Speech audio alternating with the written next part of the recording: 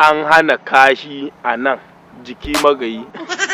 To jiki magayi baki kuma mafaɗi sai na yi.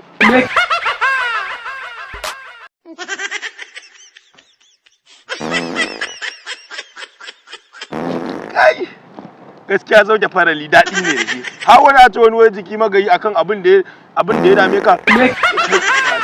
Akan abin da ya dame ka jikin magayi banza to sai an yi.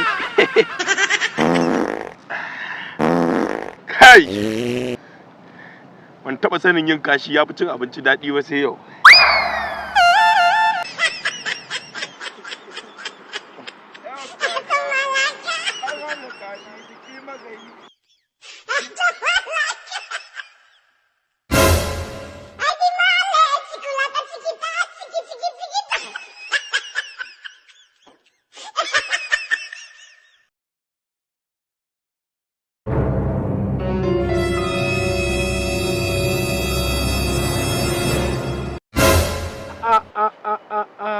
Alamu ya nuna yau wani mai kunnen kashin ya shigo min gonata har da goge min ma rubutuna. To bari in leka ga me ya faru.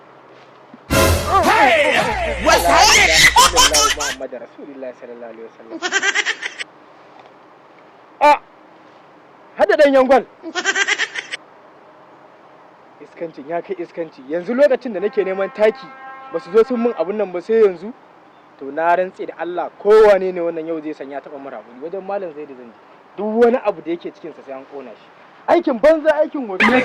Wato wani ikon Allah ni dai ni nake mutane asiri a gunnan ni nake sa mutane hannu amma yau majalisar tawa ko in ce fadar tawa ko mutum ɗaya babu wannan wani irin abu ne haka ko kuma ni za a juya min bayani yau amma ni dai na ji a jikina insha Allah yau zan samu kasuwa ko mace ko namiji.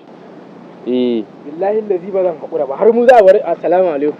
Kai dakata kar ka sake ka ɗora hannunka a nan gurin sai tare da umarni na. Me yake tafa da kai? Wallahi malam matsala ce nan da ni ga gari ma malam wallahi yau za a san an taɓa mara hakuri ni za a baka shi a gona ta. Wato idan na fahimta wani ne ya je ta karkaɗe ya ɗirka ma kashi a gona. Wallahi malam lokacin da nake ta roƙon mutane su yi min kashi in samu taki suka ƙi sai yanzu kayana ya nuna sai aka je aka ɗirka mai kashi malam kawai a kashe wanda ya kashin nan ne. Shikenan abu na farko zaɓi biyu ne mu nan da ka gan mu muna kisa ko muna lalata wa mutum 'ya'yan ciki akwai kisa akwai lalata 'ya'yan hanji ko kuma cikin sai dai ya ɗauka abinci wanne ka kake so a mai? Ai kawai malam cikin da kashin nan ya fito kawai a lalata cikin inda dama ma kawai a kona cikin. An gama. Yanzu an kai minti nawa da yin kashin? Gaskiya ina zuwa da wajen da na ji ba zai fi minti 10 ba. Yanzu abin da nake so da kai kai maza inda aka yi kashin nan ka je ka ebo mana shi da ɗan sa kafin ya huce. Malam gaskiya ba zan iya taɓa kashi ba. Alamu sun nuna ba ka so a aikin nan. To shikenan malam bari zan je ɗauka. Yawwa sannan na raka ma ka yi kala da yan wiwi. Abin da nake so ka taho da ashana in ka taho ɗauko kashin. To shikenan ba da ma malam. Yawwa tunjin nan gurin da ya gani ni kadai ne nake hana aure a gunnan ni kuma nake hada aure.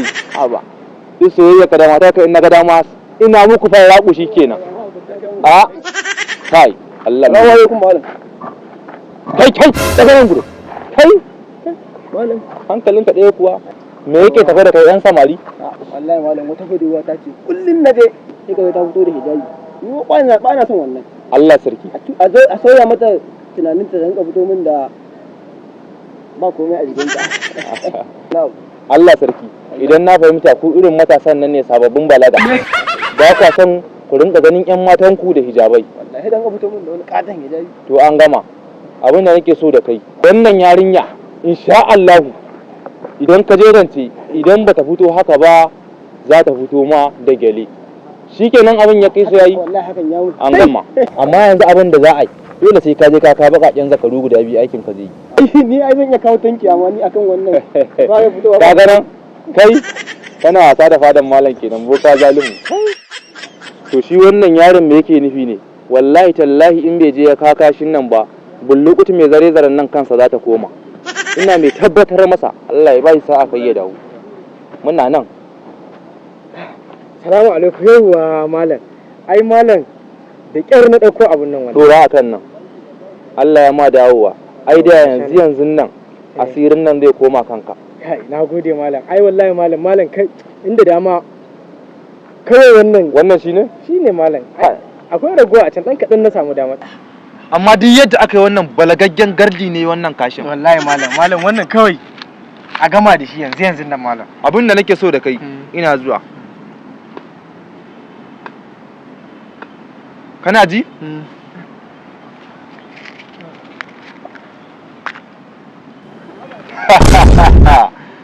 ai yanzu wannan yadda wutan nan take ci ina gaya ma haka cikinsa yana can yana ci ne ke da malam to na gode malam ga wannan